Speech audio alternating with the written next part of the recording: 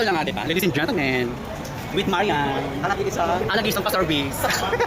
At si MC Pakarot, nag-iisang maskep, with Philip Madam. At eto na nga, diba?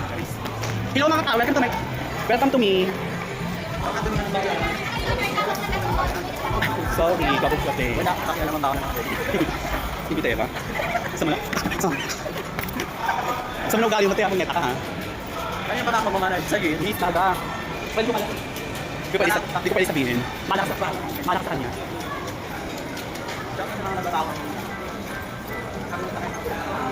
Kaya saan tayo? Saan tayo? Oh my God, we're now. Saan pa ba? Dito pa kami sa bahay kung maluwag. Kasi yung luwag ng puyatan ni MC. Bakit dito yung ng Koplo? Diba after mag-concert, Koplo? Go! Meron ko. Hello guys. After mag-concert, ganyan na natin siya.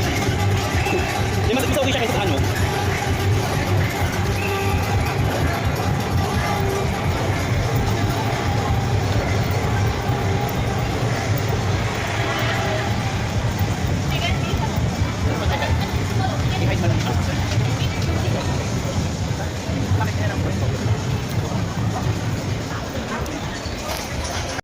Wala mang violation mga nakatawid. Kaya ka-account mo, puro violation yan. Silent mo mamaya. Full rin lahat. Hi guys, brilliant na po tayo. Assistant ko masiba. Masyara. Yan, pwede na rin naman. Yung quality naman. Kaya pa natin naman. Hindi kailangan ko yung kutsara.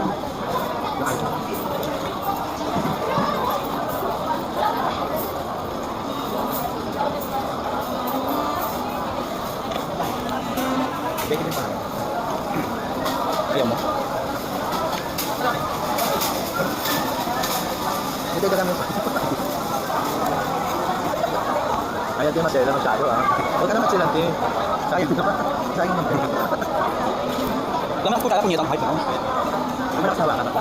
Okay lang, kasi ginagawa ko. Ako na magaganda.